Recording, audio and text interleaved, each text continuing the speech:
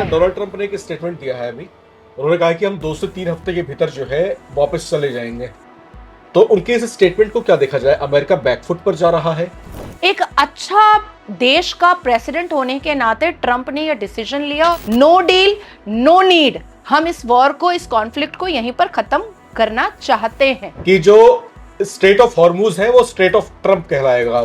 एक स्टेटमेंट आयरनली उन्होंने दिया है। गल्फ, इजराइल और अमेरिका को मिल करके ईरान को बिल्कुल खत्म कर देना चाहिए। कि मिडिल ईस्ट के सारे देश मिलकर के जो है ये हिम्मत जुटा क्यों नहीं रहे हैं कि इसके ऊपर अटैक कर दिया जाए, इसको रोका जाए। समाजवादी पार्टी का जो है आईएसआई के साथ में कहीं पैसिव कनेक्शन तो नहीं था?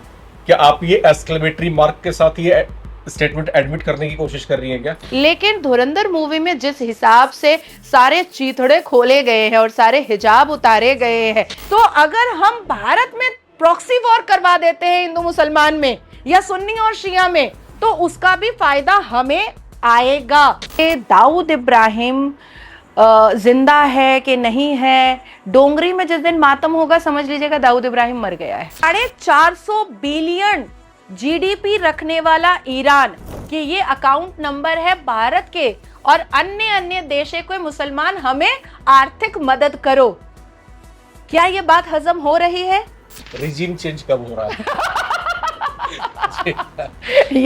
ये हम देखेंगे वो एकता वाले सीरियल की तरह दूसरे एपिसोड में। आदित्य धर की फिल्म धुरंधर इस समय बॉक्स ऑफिस पर जमकर धमाल मचा रही है। इसके चर्चे भारत से लेकर पाकिस्तान तक जबरदस्त तरीके से देखे जा रहे हैं। इसके अलावा बड़ी बात यह है कि पाकिस्तान में जो पॉलिटिशियंस हैं, वहां के जो आम लोग हैं, इस फिल्म की जमकर खूब प्रशंसा कर रहे हैं। इस फिल्म में जो तमाम किरदार हैं और जिन किरदारों को निभाने वाले जो तमाम अभिनेता हैं, उनकी जमकर के तारीफ की जा रही है। लेकिन इसके उलट एक अलग तस्वीर दिखाई दे रही है हिंदुस्तान में, जहां पर कुछ राजनीतिक दल के नेता इसको लेकर के ये आरोप लगा रहे हैं कि ये जो है पैट्रियोटिज्म नहीं है, ये एक तरह का प्रोपेगेंडा है दरअसल। लेकिन इस फिल्म में असल में है क्या, जिन दर्शकों ने नहीं देखा है या जो देखने का प्लान कर रहे हैं, दरअसल ये कहानी एक ऐसी रूपरेखा पर है जहां पर भारत के जो स्पाई हैं या फिर जो भारत के गुप्तचर हैं, किस तरीके से पाकिस्तान में रह करके वहां पर काम करते रहे हैं, उससे प्रेरित होकर के इस फिल्म का निर्माण किया गया है।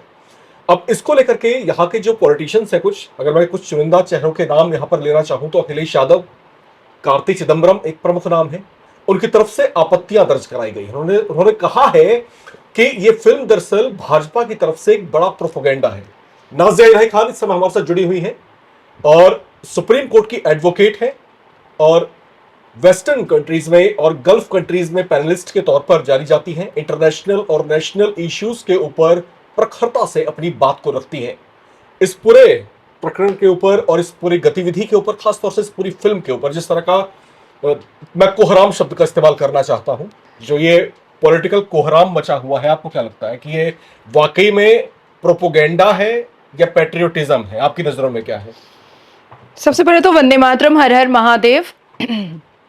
मुझे ऐसा लगता है कि धुरंधर ने उसके मन में धुरंधर मचा दिया है जो चोर है, जो बेईमान है। फिल्में तो फिल्में होती हैं। अब जब वो पेड़ के आगे पीछे नंगे नुच्चे कपड़ों में बनती थी तब भी वो फिल्में होती थी। जब पंडितों को बलात्कार करते हुए दिखाया जाता था तब भी वो फिल्में होती थी। जब दाऊद इब्राहिम के पैसे पर फिल्म बनती थी तब भी वो फिल्में होती थी। जब माफिया को और गुंडा को और बड़े बड़े मुसलमान चेहरे को बड़े बड़े दबंग तरीके से दिखाया जाता था तब भी वो फिल्में बनती थी। बाटला हाउस में आतंकियों को बड़ा दर्जा बना दिखाया जाता था तब भी वो फिल्में होती थी। पठान जैसी मूवी में और फना जैसी मूवी में पाकिस्तानी जिहादी और पाकिस्तानी आतंकियों को हीरो के तौर पर दिखाया जाता था तब भी वो फिल्में होती थी। लेकिन जैसे ही पाकिस्तान की धज्जियां उड़ाई गई हैं, पाकिस्तान के सत्य को उभारा गया है और पाकिस्तान के हिजाब को खोला गया है और हमारे भारत के रॉ एजेंट्स की हिम्मत अफजाई की गई है, तब वो प्रोपेगेंडा हो जाता है। तो मुझे ऐसा लगता है कि ये दोहरा चरित्र जो है ना, वो इतने बड़े बड़े नेता अखिलेश यादव हो या ममता बनर्जी हो या असदुद्दीन अवैसी हो या राहुल गांधी हो, ऐसे लोगों को करना नहीं चाहिए। बड़ी दुर्भाग्य और विडंबना की बात होती है कि जब आप फिल्मों के द्वारा जनता को तोड़ने की और जनता के मनोबल को फोड़ने की कोशिश करते हैं तो बहुत ही तकलीफ महसूस होती है।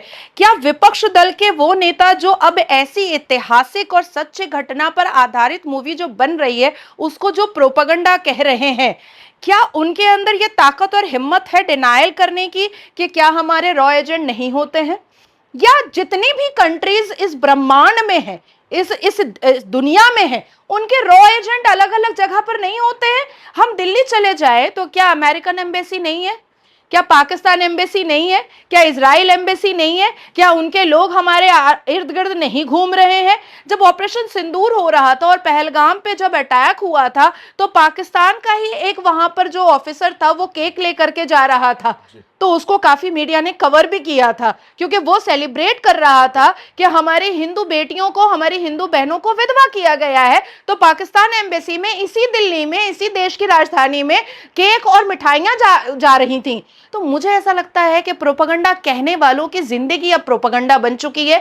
इनके पास इनके कार्यों को लेकर के, इनके अचीवमेंट्स को लेकर के, जनता के प्रति प्रेम को लेकर के अब कोई बात और भावना बची नहीं है। तो बेचारे आदित्य धर और एक रील स्टोरी में जो हमजा था उसके पीछे पड़ गए हैं। बिल्कुल। और इस फिल्म के जो है रियल कैरेक्टर्स के साथ में जो रिसेम्बलेंस की यहाँ पर कोशिश की जा रही है, देखिए साधारण सी बात है कि जब भी कोई फिल्म बनती है कहीं ना कहीं से प्रेरित जरूर होती है। और ये फिल्म जो है खास तौर से लाइफ ऑफ अ स्पाई, यानी एक जासूस किस तरीके से काम करता है और भारतीय जासूस किस तरीके से अतीत में जो है पाकिस्तान में सक्रिय रहे हैं, उससे प्रेरित होकर के ये फिल्म यहाँ पर बनाई गई है। कुछ राजनीतिज्ञ ऐसे भी हैं जो कुछ चरित्रों को जो है जोड़ करके देख रहे हैं, जैसे कि अगर मैं खुल करके नाम यहां पर लूं तो जो माफिया अतीक अहमद था उसका किरदार इस फिल्म में मिलता जुलता हमको दिखाई देता है। अब अखिलेश यादव की मुझे समझ में नहीं आ रहा कि उनकी तरफ से जो आपत्ति आई है कि बीजेपी इसके जरिए प्रोपेगेंडा कर रही है, दूसरे दलों को बदनाम करने की कोशिश कर रही है। आखिर बीजेपी को इस समय क्या ही माइलेज चाहिए? बीजेपी जो है, आपको लगता है ऐसा कि बीजेपी वाकई से माइलेज लेने की कोशिश कर रही है? Ram ji, I am the strong part of Bharatiya Janata Party. I am the only Muslim speaker inside the Bharatiya Janata party. मुझे ऐसा लगता है कि इस पूरे ब्रह्मांड में भारतीय जनता पार्टी को आदित्य धर की ज़रूरत नहीं है और किसी फिल्म की ज़रूरत नहीं है। और जो लोग हवाबाजी में इन बातों को रख रहे हैं, क्या उनके पास कोई तथ्य या सत्य है? दूसरी बात कि अगर विपक्ष के नेताओं को ऐसा लगता है कि भारतीय जनता पार्टी ने ऐसी फिल्मों के लिए फंडिंग की है तो अखिलेश यादव के पास कम पैसे तो नहीं है, या ममता बनर्जी के पास पैसे कम तो नहीं है, या राहुल गांधी जी के पास, कांग्रेस पार्टी के पास पैसे कम तो नहीं है, या अवैसी के पास पैसे कम तो नहीं है। पूरी इंडिया अलायंस मिल करके एक मूवी बना ले और उसमें वो भी किसी सत्य और तथ्य को दिखा दे। हालांकि विपक्ष दल की पार्टियों के फंडिंग पर एक मूवी आई थी जिसमें शाहिद कपूर ने एक्टिंग किया था और उसने ड्राइंग के जरिया फेक 500 के नोट बनाए थे।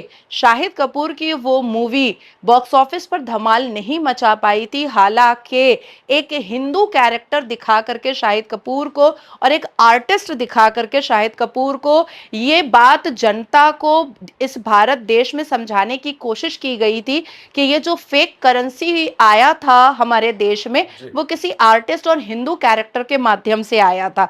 लेकिन धुरंधर मूवी में जिस हिसाब से सारे चीथड़े खोले गए हैं और सारे हिजाब उतारे गए हैं कि किस तरीके से हमारे भारत के चिदंबरम जैसे बड़े बड़े कैबिनेट मंत्री के मिलने जुलने वाले 500 का नोट लेकर के गल्फ कंट्री जाते हैं और उसके बाद फिर वो 500 का नोट चला जाता है पाकिस्तान तक, और किस तरीके से अतीक अहमद के घर से असला बारूद पाकिस्तानी मिलते हैं, उसके फोन रिकॉर्ड पाकिस्तानी मिलते हैं, उसके फोन लिस्ट पाकिस्तानी के मिलते हैं, आईएसआई से उसके गहरे संबंध होते हैं, किस तरीके से वो उत्तर प्रदेश से लेकर के अलग अलग भारत देश के राज्यों में वो चरस कोकीन गांजा का सप्लाई किया करता था।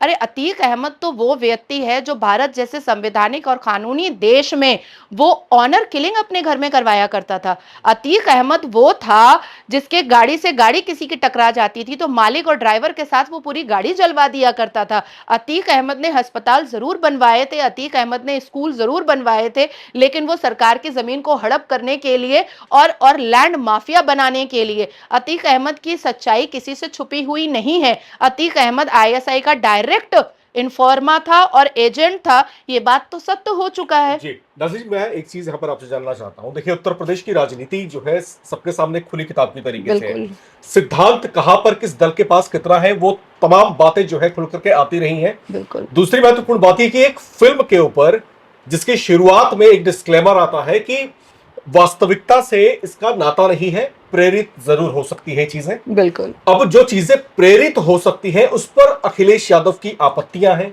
जो वास्तविकता थी, अतीक अहमद किसकी पार्टी का नेता था, उसके सपा उसके ऊपर जो है अखिलेश यादव ने कभी क्यों नहीं कोई आपत्ति खड़ी किया, कभी क्यों नहीं कहा कि मेरी पार्टी में इस तरह के लोगों का जो है आना बैन होना चाहिए, या आज भी कह दें अब अतीक अहमद नहीं है, क्या नहीं अपनी गलती को स्वीकार कर सकते हैं, नहीं या नहीं क्या उनमें ये हिम्मत है कि मुझसे ये गलती हुई थी, एक क्रिमिनल को मैंने अपनी पार्टी में जगह दी थी। आपको क्या लगता है कि ये डर है उनके मन में, या फिर क्रिमिनल्स को वो शहद देने की चाहत है उनके मन में, आखिर है क्या? कहते तो समाजवादी पार्टी है, समतामूलक समाज की स्थापना का विचार रखते हैं, लेकिन एक तरफ जब चरितार्थ की बात आती है तो चरित्र चित्रण यहाँ पर कुछ और दिखाई देता है। नहीं, ऐसा क्यों? मजबूरी है, ना डर है और ना ही समर्थन है। मैं तो बल्कि बहुत ही कोई लाग लपेट या कोई डिप्लोमेट आंसर नहीं दे रही हूँ। मजबूरी है। जैसे ममता बनर्जी साहिबा को गुंडे पालने ही पड़ेंगे क्योंकि वो इलेक्शन के वक्त में वोट ला कर देता है, चाकू और छुरी और तलवार की नोक पर वोट ला करके देता है। उसी तरीके से आजम खान हो या और भी मुसलमान उनके नेता हों, या अभी नया नया जो एक इमरान बोल करके आया है जो कांग्रेस से राज्यसभा में गया है वो हो, या अतीक हो, ये लोग वो व्यक्ति थे जो थे माफिया, जो थे गुंडा, लेकिन वो समाजवादी पार्टी को इस तरीके से वोट के लिए मदद किया करते थे कि उनके कहने पर मजबूर होना पड़ा कि अब उनको व्हाइट कॉलर करना है। जिंदगी आधी उन्होंने गोली चला करके, बम चला करके, रेप करके, पाकिस्तानी मुखबिर बन करके, रजाकारी बन करके, जिहादी बन करके, टेररिस्ट बन करके उन्होंने काम कर लिया। अब भारत देश में उनको व्हाइट कॉलर की जरूरत है। तुम मजबूर हो, तुमको वोट चाहिए, मैं यहां पर राजा हूं, मैं तुमको वोट ला करके दे सकता हूं, तुम मेरे सामने झुक जाओ, तुम मुझे व्हाइट कॉलर बना दो, मैं तुमको वोट पहुंचाता रहूंगा। तो ये होता रहा। हालांकि अतीक ने, जब हमारे योगी जी की सरकार आ गई और योगी जी का जिस तरीके से लॉ एंड ऑर्डर को सख्त करने का जो उनका रवैया देखा गया, और उसी वक्त जब अतीक अहमद कस्टडी में गया, अतीक अहमद ने एक लास्ट चांस भी लिया था कमलेश वाला, और वहां पर भी उसको मुक्की खानी पड़ी और वहां पर भी उसको घुटने के बल नीचे झुकना पड़ा, क्योंकि सरकार जो बन चुकी थी वो योगी महाराज जी की बन चुकी थी। और योगी महाराज अपने संत को, अपने अध्यात्म के साथ साथ जिस हिसाब से वो भारत के संविधान और भारत के कानून को वो उन्होंने इतना इतना स्ट्रॉन्ग कर दिया आते ही, कि अच्छे अच्छे माफिया और गुंडे की जो है वो नींद उड़ चुकी थी, और वो अपने अपने सलवार और पजामे में उन्होंने सुसु करना स्टार्ट कर दिया था कि उनका चना गल नहीं पाया था। अखिलेश यादव आज भी इस वजह से नहीं बोल पा रहे हैं कि हाँ अतीक जो था वो गुंडा था, क्योंकि उनको भी पता है कि अतीक के लिंक डायरेक्ट आईएसआई से थे। उनको भी पता है कि अतीक के लिंक डायरेक्ट लश्कर तैयबा से थे। अखिलेश यादव बहुत अच्छे से जानते हैं कि अतीक और अतीक जैसे माफिया जो है उनका कारोबार से लेकर के, उनकी बातचीत से लेकर के, उनकी आवाजाही जो चीजें हैं उससे लेकर के सब कुछ पाकिस्तान के टेररिज्म ऑर्गेनाइजेशन से कनेक्टेड है। वो आज किसी कॉन्क्लेव में बैठ करके अगर बोल भी देते हैं कि हाँ मैं तो समझ रहा हूं कि 1000 से ऊपर अतीक के ऊपर एफआईआर थे, उसके घर से असला बारूद निकला था जो पाकिस्तानी था, उसके फोन कॉल थे, वो तो आईएसआई के साथ थे, तो कल को कहीं ऐसा ना हो कि अखिलेश यादव की बेटी और बीवी पर कोई आक्रमण हो जाए। मुझे आपकी बात सुन करके गलतफहमी हो तो मुझे माफ कीजिएगा, मुझे करेक्ट कीजिएगा। मुझे ऐसा समझ आ रहा है कि जैसे आप ये बोलने की कोशिश कर रहे हैं कि समाजवादी पार्टी का जो है आईएसआई के साथ में कहीं पैसिव कनेक्शन तो नहीं था, क्या आप ये एक्सक्लेमेटरी मार्क के साथ ये स्टेटमेंट एडमिट करने की कोशिश कर रही है क्या? नहीं, डायरेक्ट तो नहीं था, जी। डायरेक्ट नहीं था, लेकिन किसी ना किसी जरूरत, और सबसे बड़ी जरूरत जो किसी पार्टी के लिए होती है वो होता है वोट। अब जैसे 2 दिन पहले दिल्ली स्पेशल क्राइम ब्रांच ने, खुशवाहा सर ने एक लश्कर तैयबा के व्यक्ति को पकड़ा, शब्बीर अहमद को पकड़ा। उसका लिंक और उसका मॉड्यूल जो था वो पश्चिम बंगाल के खारदा में था। उसमें से कुछ लोग तृणमूल कांग्रेस भी कर रहे थे। तो डायरेक्ट ममता बनर्जी जो युक्त है आईएसआई से, ये मैं कैसे बोल सकती हूँ? ये तो सुरक्षा एजेंसी और इन्वेस्टिगेशन का पार्ट है।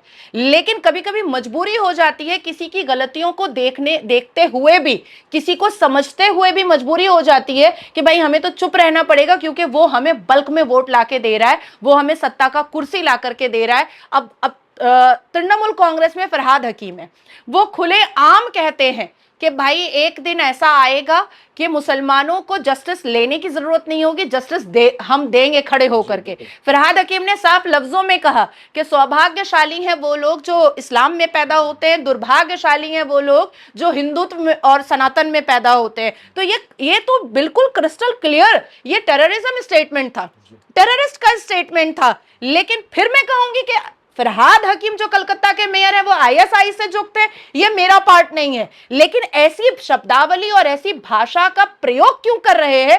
This is the part of investigation. और ऐसे लोगों को प्रोवोकेशन देने का मतलब है कि आपको उनसे या तो पैसे का फायदा है, या तो दबंगई का फायदा है, या तो गुंडागर्दी का फायदा है, या तो माफिया का फायदा है, या तो वोट का फायदा है, तभी आपकी जुबान खामोश है। अब मुझे आईएसआई और लश्कर तैयबा से थ्रेट आया, मैंने दोनों फोन दे दिया, लीजिए देखिए क्या है, क्यों मुझे आ रहा है, मुझे सिक्योर कीजिए, मेरा फोन जांच में डाल दीजिए। तो आई एम क्रिस्टल क्लियर, मुझे कोई लेना देना नहीं है, बल्कि 10 नहीं 50 और जितने आईएसआई हैं सब अरेस्ट हो जाएं अगर मैं उसका जरिया बन जाऊं। तो ये होता है क्रिस्टल क्लियर कैरेक्टर। आप भारतीय जनता पार्टी से भी जुड़ी हुई है जी, कुछ बातें उठी है। अच्छा। बातें ये उठी हैं कि भाई ये जो फिल्म है इसमें जो फंडिंग करने वाले जो लोग हैं वो कहीं ना कहीं बीजेपी से कनेक्टेड हैं, जो संस्थाएं हैं बीजेपी से पैसिव तरीके से कनेक्टेड हैं। तो ये कहा जा रहा है इनडायरेक्ट वे में कि ये फिल्म जो है कहीं ना कहीं बीजेपी की तरफ से प्रायोजित फिल्म है। आप इस बात को किस तरीके से जस्टिफाई करना चाहेंगे? क्योंकि भाई अगर धुआं उठा है तो चिंगारी कहीं भड़की होगी, तो धुआं उठा है, आप इसको कैसे जस्टिफाई करना चाहेंगे? आप एक बहुत बड़े चैनल से हैं, मतलब टाइम्स नाउ एक बहुत बड़ा चैनल है, लेकिन जब भी आप विपक्ष की बातों पे बात करते हैं तो आप लोगों को गोदी मीडिया कहा जाता है। तो क्या आता है पैसा पार्टी कार्यालय से? बिल्कुल नहीं, ये तो सोचना भारतीय जनता पार्टी कार्यालय से कोई चेक या कोई कैश आता है क्या? मैं सनातन के पक्ष में बोलती हूँ, मैं मोदी योगी की तारीफ करती हूँ, मैं लॉ एंड ऑर्डर की तारीफ करती हूँ, मैं इस राष्ट्र को हिंदू राष्ट्र बनाना चाहती हूँ। तो मुझे बोला जाता है कि आरएसएस से फंडिंग आती है, और मैं कहाँ रहने वाली हूँ? पश्चिम बंगाल में। अगर मुझे बल्क में आरएसएस से फंडिंग आती या कुछ भी फंडिंग आती तो क्या ममता दीदी मुझे छोड़ देती? मेरे घर में इनकम टैक्स ऑफिसर नहीं आते, मेरे घर में सीआईडी नहीं आता। तो उसी तरीके से जैसे मीडिया चैनल जब बहुत ही क्रिस्टल क्लियर सवाल पूछती है तो उसको गोदी मीडिया का टैग दिया जाता है। हम जैसे लोग जब राष्ट्र के हित में बात करते हैं तो हमें भी आरएसएस की फंडिंग वाला पपेट बोला जाता है। तो उसी तरीके से जब एक आंख खोलने वाली, एक आई ओपनर मूवी आती है तो उसको भी कह दिया जाता है कि अच्छा भारतीय जनता पार्टी ने फंडिंग किया होगा। तो भाई बोल क्यों रहे हो? देश की सर्वोच्च न्यायालय तो खुली हुई है, जाओ सारे सबूत रख दो, कटघरे में खड़ा करो आदित्य धर को, उसके बैंक अकाउंट चेक करो, सारी चीजें चेक करो, 2 साल 3 साल से उसका आना जाना कहां कहां है वो सारी चीजें चेक करो। इसमें प्रोपेगेंडा बोलने की या शक करने की या हवाबाजी करने की या लंबी लंबी डींगे हाँकने की तो जरूरत नहीं है। सारी चीजें क्रिस्टल क्लियर है, सारे प्रूफ उठाओ और उठा करके जाकर के कोर्ट में बैठ जाओ कि देखिए भैया हम तो सही बोल रहे थे, तब से हम भी माफी मांग लेंगे, हम भी चुप हो जाएंगे। लेकिन जब कोर्ट के भीतर तुम हारोगे तो कोर्ट तो जो सजा देगा, फिर जनता जो सजा देगी, फिर उस पर मत कहना कि ईवीएम हैक हो गया। अच्छा नजर जी, यहाँ पर जो है फिल्म मैंने भी देखी है जी, इसके अंदर अतीक अहमद जो है उससे मिलता जुलता एक किरदार वहां पर देखने को मिला। मुझे लगा कि वही छवि बैठी हुई है। इसके अलावा दाऊद इब्राहिम का इसमें फिल्म के अंदर जिक्र था। जी। और पाकिस्तान तो मतलब किस मुंह से ही कहता है कि भाई वो जो है आतंकियों को अपने यहाँ पनाह नहीं देता, क्रिमिनल्स को अपने यहाँ पनाह नहीं देता। दाऊद भारत का इतना बड़ा डॉन जो है आपने उसको पाल करके अब तक वहां पर रखा हुआ है। अच्छा, आपको मैं थोड़ी सी जो है कुछ चीजें जो इंडिकेट की गई है फिल्म के अंदर, 60,000 करोड़ जो है एक फेक करेंसी पाकिस्तान जो है नेपाल के रास्ते हिंदुस्तान भेजने के फिराक में था। अतीक अहमद के लिंक्स इससे जुड़ते हुए कहीं ना कहीं दिखाए गए हैं। क्या वास्तविकता से कुछ आपको लगता है कि कुछ कनेक्शन इसका हो सकता है जो इस फिल्म के जरिए जो है इंडिकेट करके समझाने की कोशिश की गई हो? आपको क्या लगता है इसमें? देखिए, डिमोनेटाइजेशन से पहले आप बहुत सारी रिसर्च कीजिए। बहुत सारी फेक करेंसी जो है यूपी से सीज हुई थी, पश्चिम बंगाल से सीज हुई थी, अरुणाचल प्रदेश से सीज हुई थी, मध्य प्रदेश से सीज हुई थी, छत्तीसगढ़ से सीज हुई थी, केरला से सीज हुई थी, वायनाड से सीज हुई थी, कर्नाटका से सीज हुई थी। बहुत फेक करेंसी, बल्क बल्क में फेक करेंसी सीज हुई थी। इवन बहुत सारे तृणमूल कांग्रेस के और कांग्रेस के नेता के घर में जब ईडी रेड हुआ था और मशीनें हार मान गई थी वो नोट को गिनते नोटों के बंडल हमने देखे हैं, हाँ, बाहर देखे मशीन हैं। से धुआं निकल गया था। तो उसमें भी फेक करेंसीज निकली थी। तो इसमें कोई दो राय नहीं है कि हमारे देश में जो कैबिनेट मंत्रालय में जो कांग्रेस के शासन में लोग बैठे हुए थे उनका बराबर का सहयोग था इस फेक करेंसी को देश में बुलवाने का। बिल्कुल, ये इसमें कोई दो राय की बात नहीं है। और मुझे लगता है कि कांग्रेस को इस पर ज्यादा टिप्पणियां करनी नहीं चाहिए, क्योंकि अगर हम जैसे वकील अगर खड़े हो गए और रिसर्च में घुस गए तो भले ही 2 महीना तो लगेगा, लेकिन एक एक का पर्दा तो खोल देंगे कि कैसे कैसे फेक करेंसी का कारोबार रसा और बसा गया था। बिल्कुल, हर तरीके से। जी बिल्कुल, यहाँ पर विपक्ष जो है जिस तरीके से आवाजें उठा रहा है, मुझे तो ये लग रहा है कि फिल्म से ज्यादा आपत्ति उनको इस बात की है कि उनको जो एलिगेशंस बार बार लगा रहे हैं, जो स्टेटमेंट वो दे रहे हैं कि भाई बीजेपी इसके जरिए प्रोपोगंडा कर रही है, जो आम जनता या आम जनमानस जो है उनके माइंडसेट को बदलने की कोशिश इस फिल्म के जरिए की जा रही है। तो क्या ये विपक्षी दल वाले जो है ये डर रहे हैं इस फिल्म के रिलीज होने के बाद कि भाई इतना जो है एफर्ट्स जो है गवर्नमेंट कर रही है, या फिर जो माफिया है उनके पर किस तरीके से कतरे गए हैं, या फिर जो फेक करेंसी का इन्फ्लो जो था इंडिया में उसको किस तरीके से रोका गया, क्या कुछ टैक्टिक्स लगाई गई हैं? तो ये चीजें जब आम जनता, देखिए होता क्या है कि ये घटनाएं एकदम से तो होती नहीं है। बिल्कुल एक घटना हुई, फिर 2-3 साल बाद दूसरी घटना हुई, फिर घटनाओं का एक क्रम होता है अलग अलग दौर पे। बिल्कुल बिल्कुल और ऐसा कहा जाता है कि आम जनता की जो मेमोरी होती है, आम पब्लिक की जो मेमोरी होती है, वॉलेटाइल इन नेचर, ठीक है, वाष्पीकृत हो जाती है, लोग भूल जाते हैं। लेकिन इसी को जब कंपाइल करके आपने एक फिल्म की शक्ल दी तो कहीं ना कहीं क्या आपको लगता है कि विपक्षी दल के नेताओं में वो बेचैनी हो गई कि भाई ये तो इकट्ठे सब कुछ लोगों के दिमाग के अंदर जो है फीड कर दिया आपने, अब तो एंटी जो है यानी कि विपक्षी दलों के खिलाफ जो है एक तरह का माहौल बन जाएगा? तो क्या वाकई उनके अंदर ये बेचैनी की वजह ये है कि ये फिल्म ही एक वजह है? दोनों में से क्या लगता है आपको? नहीं, देखिए, मुझे ऐसा लगता है कि अगर गवर्नमेंट ने फंडिंग करके ये मूवी बनाई होती तो मिनिस्ट्री ऑफ ब्रॉडकास्ट ने इतने सारे एडिट तो नहीं मरवाए होते। आपको पता है ये एंटायर मूवी जो हम लोग 3.5 घंटे 4 घंटे की देख रहे हैं, ये 5-5 साढ़े 5 घंटे की एक एक होती, धुरंधर पहला वाला भी और धुरंधर 2 भी। पर जब सेंसर बोर्ड में गया है तो बहुत कुछ एडिट भी हुआ है, बहुत कुछ एडिट भी बहुत सारे कट्स लगे हैं, बहुत कट्स लगे हैं। तो जब अगर अगर वाकई में चिट्ठा मिट्ठा खोलना था सरकार को तो फिर वो तो कट करने की जरूरत ही नहीं होती, फिर वो तो पूरा ही हमको रॉ ही देखने को मिलता है। दूसरी बात होती है कि इस बात में तो कोई दो राय नहीं है कि दाऊद इब्राहिम जिंदा है कि नहीं है। डोंगरी में जिस दिन मातम होगा समझ लीजिएगा दाऊद इब्राहिम मर गया है, ये एकदम तय है, एकदम तय है। डोंगरी में जब तक मातम नहीं हो रहा है, महाराष्ट्र बॉम्बे की डोंगरी में जब तक मातम नहीं हो रहा है तब तक समझ लीजिए कि दाऊद इब्राहिम जिंदा है। जैसे आयतुल्ला अली खमनेई मरा तो लखनऊ में और अलग अलग शिया समुदाय में हमने मातम देखा ना, हमारे भारत के मुसलमान ने बताया ना कि देखो देखो आयतुल्ला अली खमनेई मर गया है। तो उसी तरीके से जब दाऊद इब्राहिम मरेगा तो डोंगरी में तुरंत खबर आएगी कि भाई तुम शहादत की और जनाजे की नमाज की तैयारी करो, भाई हमारे बड़े साहब मर चुके हैं। तीसरी बात है कि पाकिस्तान ने उसामा बिन लादेन को भी पाला था। बिल्कुल बिल्कुल, दुनिया का सबसे बड़ा आतंकी वहां से पकड़ा गया। अमेरिका ने ही जाकर के अरेस्ट किया था, पाकिस्तान को खबर नहीं लेने दिया। 18-19 साल अमेरिका से पैसा ले लेकर के पाकिस्तान खाता रहा है, ये कह करके कि हम ढूंढने में तुम्हारी मदद करेंगे। बाद में अमेरिका ने बताया तक नहीं कि मैं आ रहा हूं आज तुम्हारे ही सरजमीन से, तुम्हारे ही आतंकिस्तान से अरेस्ट करने के लिए ओसामा बिन लादेन को। एक और मैं बहुत वैल्यूबल बात आपको बताना चाहूंगी। सपोज के दाऊद इब्राहिम अगर नहीं भी जिंदा है, सपोज एक सेकेंड के लिए सिर्फ अगर मान लेते हैं, तो पाकिस्तान इस बात को बाहर नहीं आने देगा।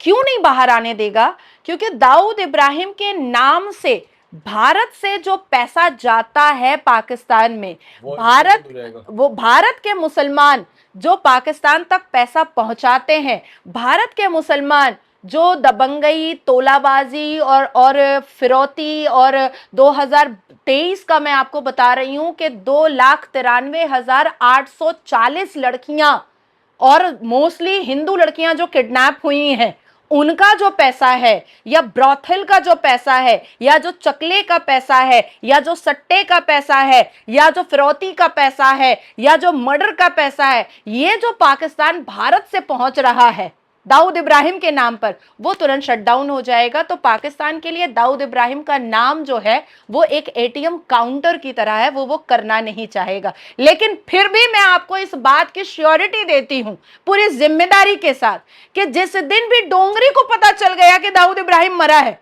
डोंगरी मातम जरूर करेगा और पूरे भारत देश को पता चलेगा। तो मुझे ऐसा लगता है कि कहीं ना कहीं विपक्ष के वो नेता जो वाकई में डायरेक्ट कनेक्टेड है पाकिस्तान से, जो वाकई में सिर्फ मगरमच्छ के आंसू नहीं बहाते हैं कि अरे पाकिस्तान को ऐसे मत बोलो, अरे मुसलमानों को ऐसे मत बोलो, अरे मुसलमानों को आतंकी मत बोलो, चाहे वो आतंकी हैं फिर भी मत बोलो क्योंकि पाकिस्तान नाराज ना हो जाए।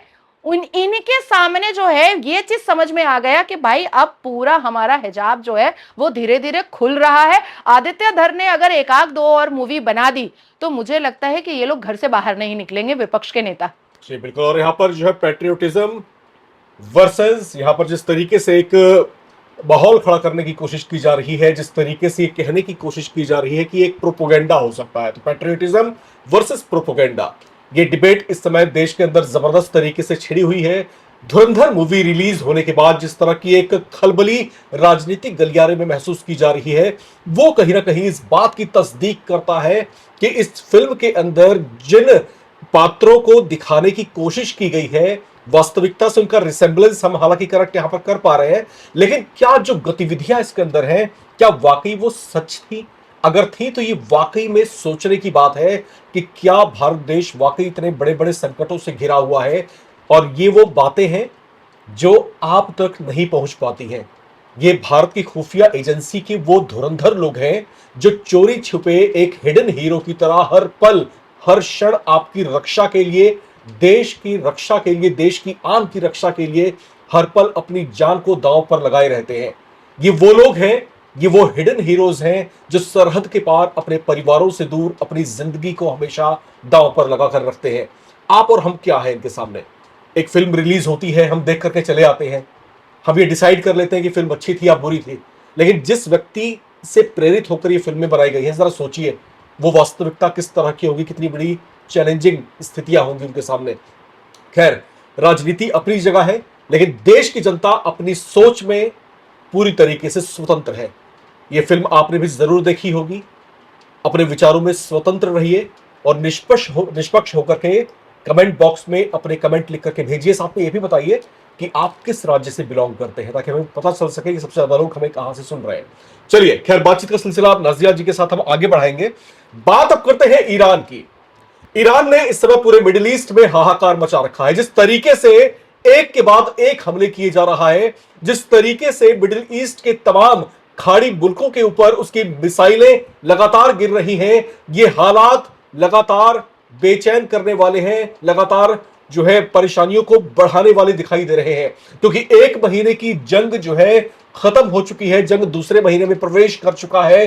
डोनाल्ड ट्रंप की तरफ से बार बार अपील की जा रही है कि इस जंग को रोकिए, बैठ के बातें करते हैं, लेकिन ईरान की तरफ से स्पष्ट संदेश है कि हम रुकने वाले नहीं हैं, हम थमने वाले नहीं हैं, और ना ही अपने प्रहार को हम कम करने की कोशिश करेंगे। थक हार करके आखिरकार डोनाल्ड ट्रंप ने खुद अब जो है राष्ट्र के नाम संबोधन दिया है एक तरफा उन्होंने ये बताने की कोशिश की है कि हम इस जंग को जीत गए, लेकिन उनके इस अनाउंसमेंट के ठीक कुछ घंटे के बाद एक दूसरी स्टेटमेंट आती है ईरान की तरफ से, जहां से ये बोला जाता है कि इस तरह से धोखा मत दीजिए अपने देश की जनता को, क्योंकि ईरान अगर जंग को खत्म करना चाहेगा तो उसकी अपनी शर्तों पर, अपनी रणनीति के हिसाब से। ये बातें कहीं ना कहीं इंडिकेट करने की कोशिशें हुई हैं। नाजिया इलाही खान इस समय हमारे साथ जुड़ी हैं इस पूरे मसले पर बातचीत करने के लिए। नाजिया जी, डिकेड्स के बाद ऐसा दिख रहा है जब अमेरिका बुरी तरीके से 1 महीने से ज्यादा वक्त से एक जंग में उलझा हुआ है, आपको ये युद्ध जो है किस दिशा में जाता हुआ दिखाई दे रहा है? इसकी भयावहता कैसी हो सकती है? जितना मेरा जियोपॉलिटिकल नॉलेज है और जो मेरा जियोपॉलिटिकल रिसर्च है, ईरान, डोनाल्ड ट्रंप ने जो कहा है अभी कुछ घंटे पहले कि इसको ख़त्म करते हैं और मुझे किसी भी तरीके का कोई डील की ज़रूरत नहीं है, मैं बस ऐसे ही तुम्हारे साथ जंग ख़त्म करना चाहता हूँ। पर ईरान डोनाल्ड ट्रंप की बात पर विश्वास नहीं कर पा रहा है। ईरान को ऐसा लग रहा है कि डोनाल्ड ट्रंप ने, यूनाइटेड स्टेट ऑफ अमेरिका के प्रेसिडेंट डोनाल्ड ट्रंप ने ये कह जरूर दिया है, पर वो इजराइल से और गल्फ कंट्रीज से वो प्रॉक्सी वॉर करवाता रहेगा।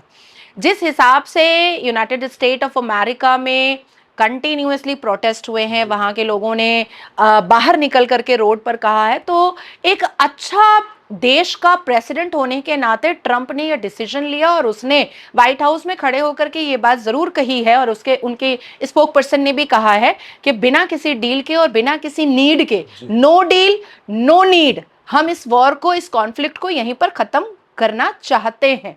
पर ईरान नहीं इसको मानने को तैयार है, क्योंकि अगर आप यूनाइटेड स्टेट ऑफ अमेरिका को वॉर के तरीके से अगर आप ग्राफ निकालते हैं तो कई बार सिर्फ डोनाल्ड ट्रंप ने, जब बुश था, जब बिल क्लिंटन था, जब ओबामा था, तब से लेकर के अगर आप पूरे ग्राफ और डेटा को देखते हैं तो अमेरिका ने कई बार ये छल किया है कि हम इसको बंद कर रहे हैं और प्रॉक्सी वॉर बाकी तरफ से चलता रहा है और नतीजा ये निकला है कि वो कॉन्कर और वो डेवेस्टेट हुआ है वो देश जिसके खिलाफ अमेरिका खड़ा हुआ है। अब आती है दूसरी बात। मुझे याद है कि I think if I am not wrong 1981 Saddam Hussain ने ईरान पर हमला किया था। 91 की बात है। 1981 जी, 91।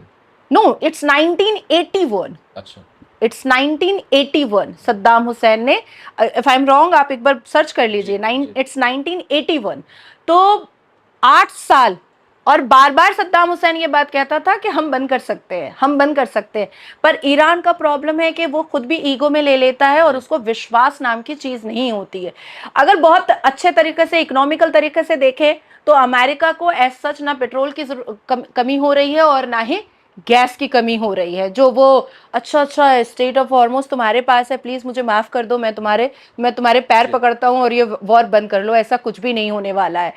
और इजराइल ने अभी इस वक्त, मेरे ख्याल से 2 घंटे पहले भी जो उसने बम गोला बारूद वाला कारनामा किया है ईरान पर, तो ईरान यकीन नहीं कर पा रहा है। और मुझे ऐसा लगता है कि जब कोई किस्सा शुरू हुआ है तो उसको बहुत अच्छे तरीके से खत्म कर देना चाहिए। जैसे इजराइल ने फलस्तीन, हमास और गाजा को खत्म किया, उसी तरीके से गल्फ, इजराइल और अमेरिका को मिल करके ईरान को बिल्कुल खत्म कर देना चाहिए। हालांकि ये जंग यहीं वहीं पर खत्म हो जाती अगर आयतुल्लाह अली खमनेई का बेटा वहां पर लीडरशिप में खड़ा नहीं होता तो, क्योंकि बात तो इसी बात की थी कि खमनेई के परिवार का कोई लीडरशिप नहीं बनेगा, और फिर वो घूम फिर करके वही बन गया। आपके इस बात पे मुझे एक सवाल सूझ रहा है, मैं उसको पहले पूछ लेता हूं आपसे।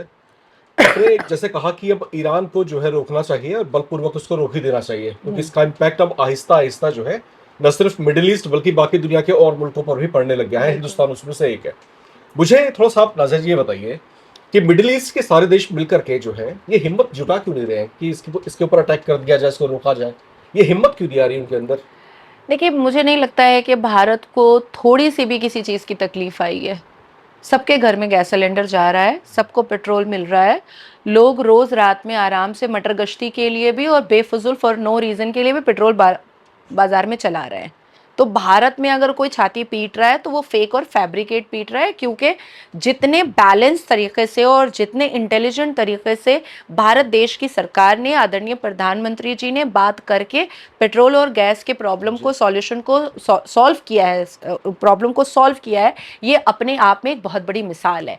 अब आती है दूसरी बात कि जाहिर सी बात है कि इजराइल और गल्फ और अमेरिका अगर अपने पे आ जाए तो मुझे लगता है कि 2 दिन का काम है ईरान को मैदान नहीं, चलिए बनाना। हम अमेरिका को थोड़ा साइड भी कर देते साइड हैं, भी कर देते लेकिन हैं। यहाँ पर मैं बात कर रहा हूँ गल्फ और इसमें सऊदी अरेबिया की बात कर रहा हूँ, कतर की बात कर रहा हूँ, कुवैत की बात कर रहा हूँ, हम्म, ठीक है, मैं और बाकी जो और मुल्क हैं यहाँ हाँ पर हाँ जो है यूएई की बात मैं कर रहा हूँ। भाई ये सब आपस में एकजुट हो जाए ना। ईरान तो हमले कर ही रहा है, इनकी जो मिसाइलें हैं वो इनके देशों में बरस ही रही हैं। इसकी 2 ठीक वजह है, है। ये लोग दूर से बैठ कर थ्रेट दे रहे हैं कि रुक जाओ वरना हम कुछ कर देंगे। इसकी ये 2 एक वजह महीना है। गुजर गया लेकिन कुछ कर क्यों नहीं रहे? इसकी 2 वजह है। एक, जंग की एक रूल रेगुलेशन होता है, जैसे हर एक चीज में रूल रेगुलेशन होता है कि हमें पता है कि हम कितने बड़े ताकतवर हैं, लेकिन हम तुमको चेतावनी दे रहे हैं कि घुटने पर गिर जाओ। पहले भी जब राजपूतों और मुगलों में जंगें होती थी तो तलवार झुका करके झुक जाओ तो हम तुमको जिंदा छोड़ देंगे, कैद में ले जाएंगे। वो आज भी चलता है कि तुम झुक जाओ, नहीं तो हम तुमको पूरा ही खत्म कर देंगे। दूसरा कि जितना ज्यादा जंग खिंचता है उतना ज्यादा कंट्री का जो जीडीपी है और इकोनॉमिकल सिस्टम है और फाइनेंशियल सिस्टम है वो क्रैश होता चला जाता है, और फिर उस कंट्री को बहुत ही ऑब्लिगेशन में रहना पड़ता है बहुत जमाने तक और बहुत साल तक।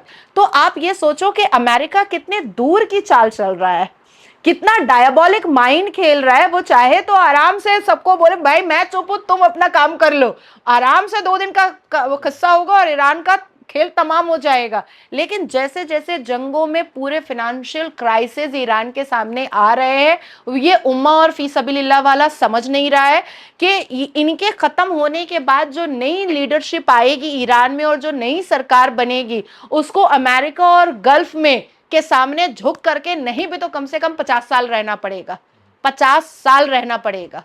तो ये 2 रीजन होता है। अच्छा, जिसकी वजह से रिजीम चेंज की बात कर रहे थे कि रिजीम चेंज कराएंगे, ये भी नहीं करा पाए। और ये भी सुनने में आ रहा है कि भाई ईरान में गूगल उस तरीके से सक्रिय तो नहीं है। हाँ। कि वहां पर इंटरनली क्या है, जो वहां का कंसेंसस है वो क्या सोच रहा है, वो बातें नहीं आ रही सामने। ये कहा जा रहा है कि जो चीजें अमेरिका की तरफ से प्रोजेक्ट की जा रही है दुनिया वो देख रही है। लेकिन एक दूसरी चर्चा ये है कि ईरान में एक बहुत बड़ी पॉपुलेशन जो है, जो कंसेंसस है वो अपने उसी इस्लामिक जो है रूल के साथ में है, ये कहा जा रहा है। तो दोनों में से कौन सी बात सत्य है?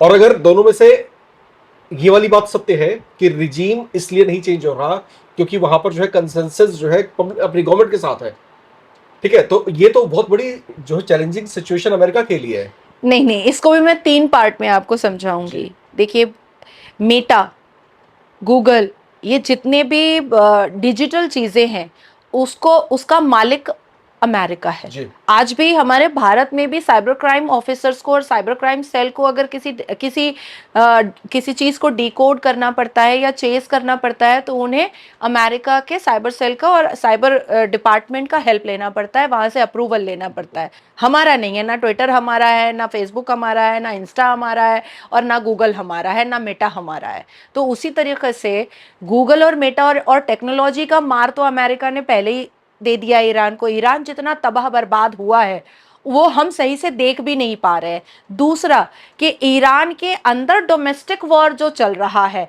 क्या उसको ईरान छुपा सकता है? पिछले 7 साल से कंटिन्यूअसली ईरान के अंदर उसका खुद का डोमेस्टिक वॉर चल रहा है। आज ईरान ये बात अगर कहता है कि हमारे ईरान कंट्री के 8 राज्यों के लोग जो है वो अमेरिका के खिलाफ और इजराइल के खिलाफ प्रोटेस्ट कर रहे हैं, बुलशिट, झूठ बात है, झूठ बात है।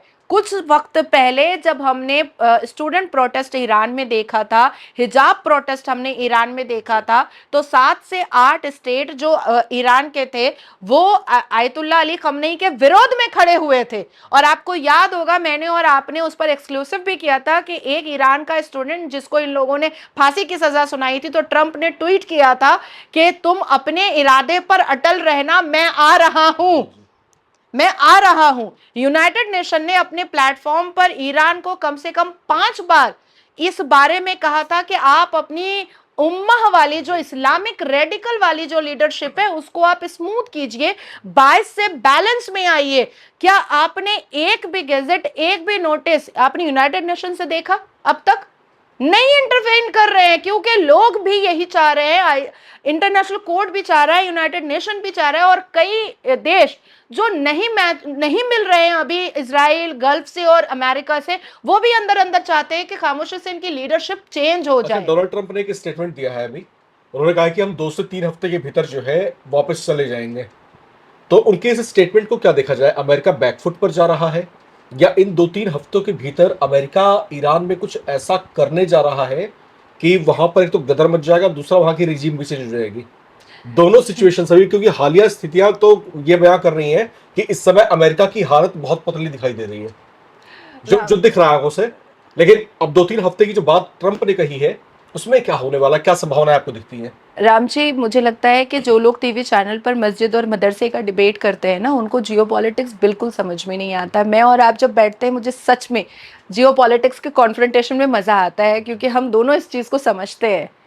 अमेरिका का और डोनाल्ड ट्रंप का, खास करके डोनाल्ड ट्रंप का ये कहना कि भाई 2 वीक और हम तो बस अब पीछे हट जाएंगे, इट्स नॉट मीन कि अमेरिका इज वीक।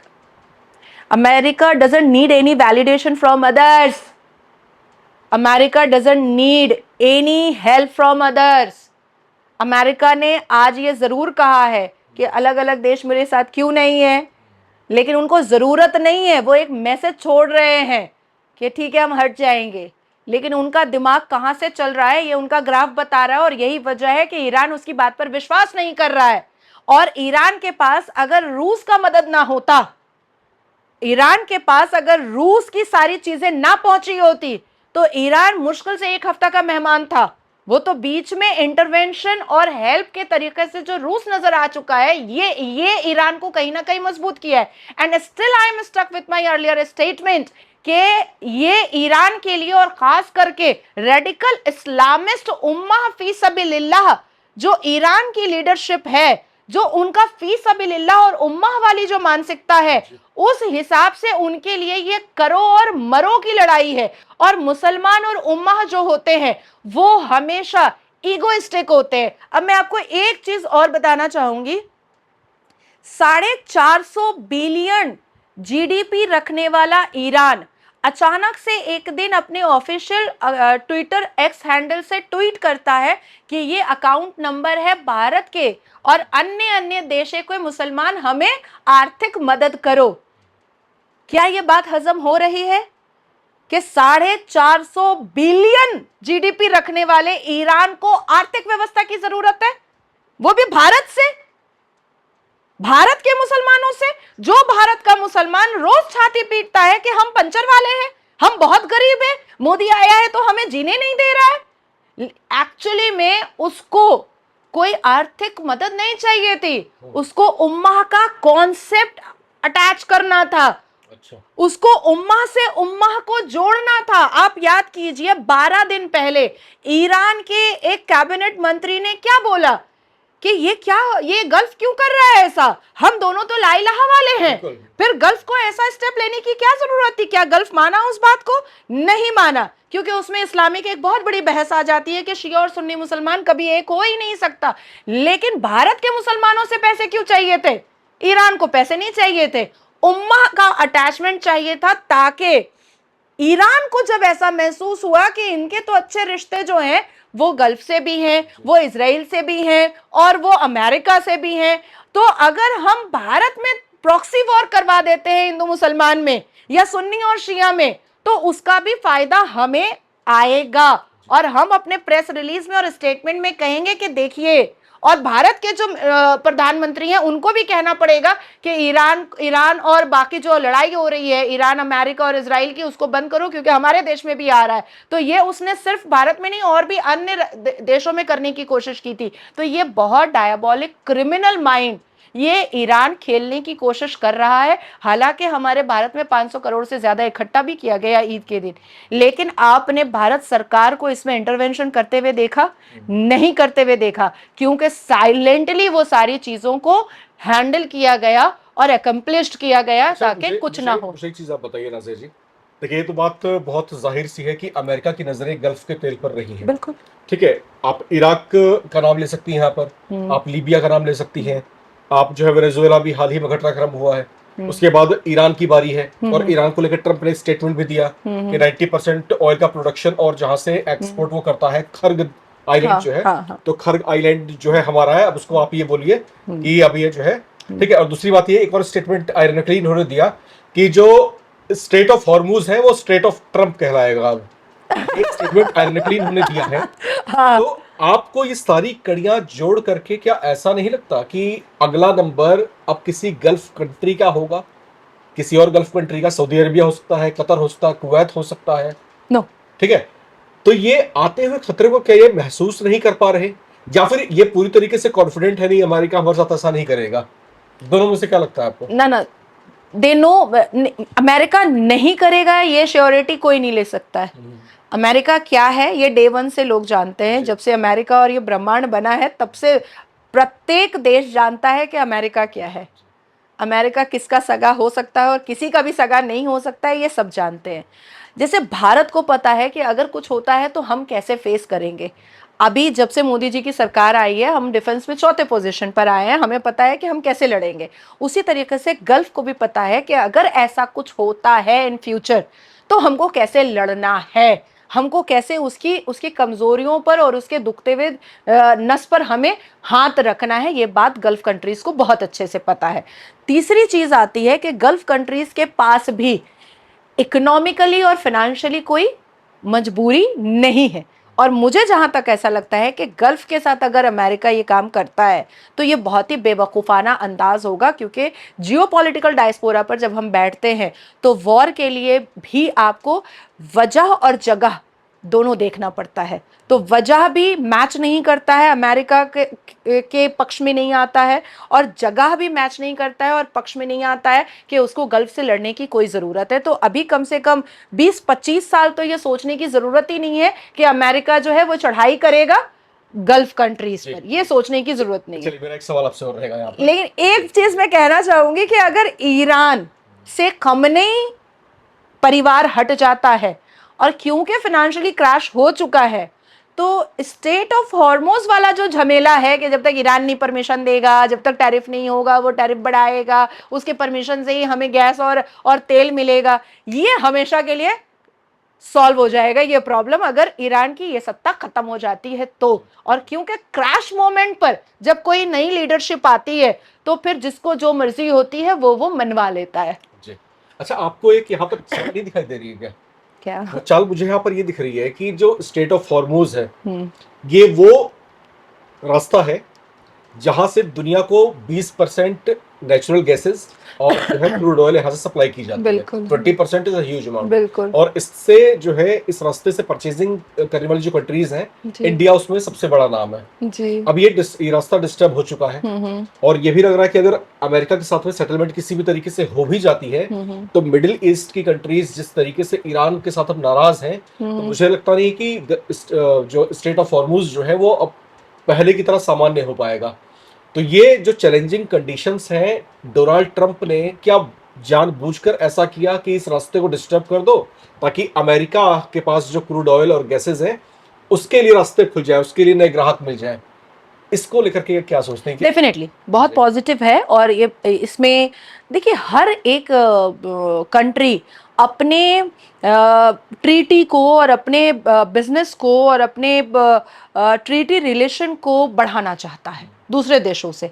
अब कभी कभी हम देखते हैं कि कोई प्रोडक्ट होते हैं तो उसमें पिल्लू निकल जाता है और वो बहुत फेमस हो जाता है कि भाई ये मत खाओ। कभी हम देखते हैं KFC में बहुत सारे कीड़े निकल गए हैं, भाई यहाँ मत जाओ। मैगी में बहुत सारा पिल्लू निकल गया है, यहाँ मत जाओ। तो ये होता है प्रॉक्सी, छोटा छोटा एक कंपनी को डाउनफॉल करवाने के लिए, दूसरी कंपनी को चढ़ाने के लिए। तो उसी तरीके से इसी को बड़े बड़े लेवल में अमेरिका ने किया है, ये बिल्कुल क्लियर है। लेकिन अब तेल और गैस हमें अमेरिका के द्वारा लेना पड़े या तेल और गैस हमें ईरान के द्वारा लेना पड़े, इसमें भारत के लोगों को छाती पीटने की कोई जरूरत नहीं है, क्योंकि हम दोनों तरफ से लेने को तैयार हैं। हमें तो कोई दिक्कत है नहीं, हम तो दोनों तरफ से ही ले रहे हैं। मुझे याद है कि लास्ट फ्राइडे वाले दिन आदरणीय प्रधानमंत्री जी के कहने पर दो कंटेनर शिप और निकाल दिए गए थे, बिल्कुल निकाल दिए गए थे। और यहाँ पर चीजें जो है वो बहुत स्मूथ हो गई, बहुत नॉर्मलाइज हो गया। जो 26 दिन में सिलेंडर मिल रहा था वो 15 दिन 16 दिन में सिलेंडर मिल रहा है। लेकिन इसको हाई हवा बनाने की कोशिश भारत के लोगों ने बहुत की है। लेकिन आपने ये बिल्कुल सही कहा कि अमेरिका इस बिजनेस को अपना चलाने के लिए ये चीजें कर रहा है। अच्छा, चलते एक आखिरी सवाल आपसे। जी जी जी। रिजीम चेंज कब हो रहा है? ये हम देखेंगे, वो एकता वाले सीरियल की तरह दूसरे एपिसोड में बिकॉज अभी तो कंटिन्यूअसली ईरान चल ही रहा है। जी। और ये वो सवाल है कि रिजीम कब चेंज हो रहा है, वो ईरान से लेकर पूरे मिडिल ईस्ट में और अब दुनिया भर के अखबारों की सुर्खियां भी बन रहा है कि रिजीम भैया चेंज कब हो रहा है। 1979 का वो दौर जब ईरान में चीजें बहुत हद तक बदल गई थी, जब वहां पर इस्लामिक रेवोल्यूशन हुआ, और तब से लेकर के अब तक जो है बहुत सारी बंदिशें, बहुत सारा कंजर्वेटिज्म वहां पर जो है हावी है। बहुत सारी वहां की संस्थाएं, वहां के युवा जो है खुल करके सामने भी आए, ये कहते रहे कि भैया हमारे ऊपर इस तरह की बंदिशें मत थोपिए, हमको खुल करके जीने दीजिए, दुनिया के साथ कदम से कदम मिलाने दीजिए। लेकिन जिस तरीके का टफ इस्लामिक रूल वहां पर है, उसको लेकर के वहां पर जो है विरोध की आवाजें कई बार उठती हुई हमने देखी। और अमेरिका के राष्ट्रपति डोनाल्ड ट्रंप, जिन्होंने ये भी कहा था कि लोग आंदोलित हो रहे हैं, इसलिए हम आपका साथ देंगे ताकि वहां का रिजीम चेंज हो जाए, एक नए ईरान का गठन हो। लेकिन ईरान जिस तरीके से रिटेलिएट करता हुआ दिखाई दे रहा है, जिस तरीके से अफलातून हमले कर रहा है, ये हालात बेहद गंभीर से अति गंभीर स्थितियों में पहुंचते हुए दिखाई दे रहे हैं।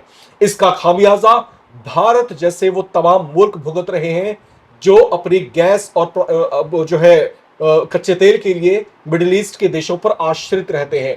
यहां पर जो है उसके आप पेसिव इंपैक्ट दिखाई देना शुरू हो चुका है।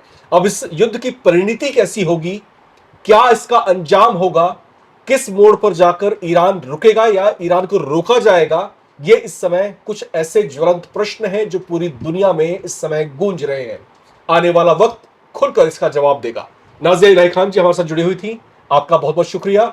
जो दर्शक इस समय हमारे साथ जुड़े हैं वो कहीं जाए नहीं, लगातार देखते रहे नवभारत टाइम।